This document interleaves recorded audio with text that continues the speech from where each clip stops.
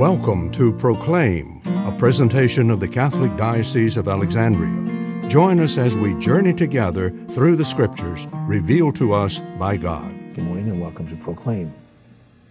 Having concluded this series of several parables or little sayings that are parable-like, we now find the section being clearly brought to a conclusion by the author, letting us know that he's going to be soon describing something else. He's going to be moving into a totally different narrative. It says, with many such parables, he spoke the word to them as they were able to understand it. Without parables, he did not speak to them, but to his own disciples he explained everything in private.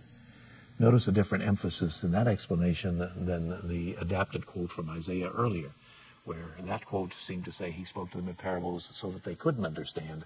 Here it says he spoke in parables to the degree that they could understand, which certainly would have been his intent, but because they are parables, whether they would actually be able to conclude on their own what the teaching was intended to provide for them, he didn't take that chance. Mark tells us very clearly that to those that he was going to depend upon as the leaders of his community, as those who would take his gospel message, his message of hope to the world, he explained it privately so that they would grasp it.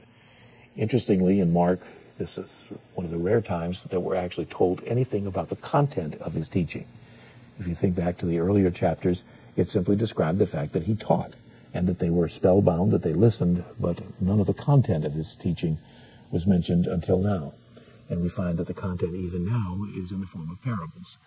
He doesn't seem to have chosen to give lengthy treatises, lengthy teachings in our sense, although when we look at the Gospel of John, developed much later, we find John using a different technique where Jesus talks at great length. This program was brought to you by Antoon Enterprises.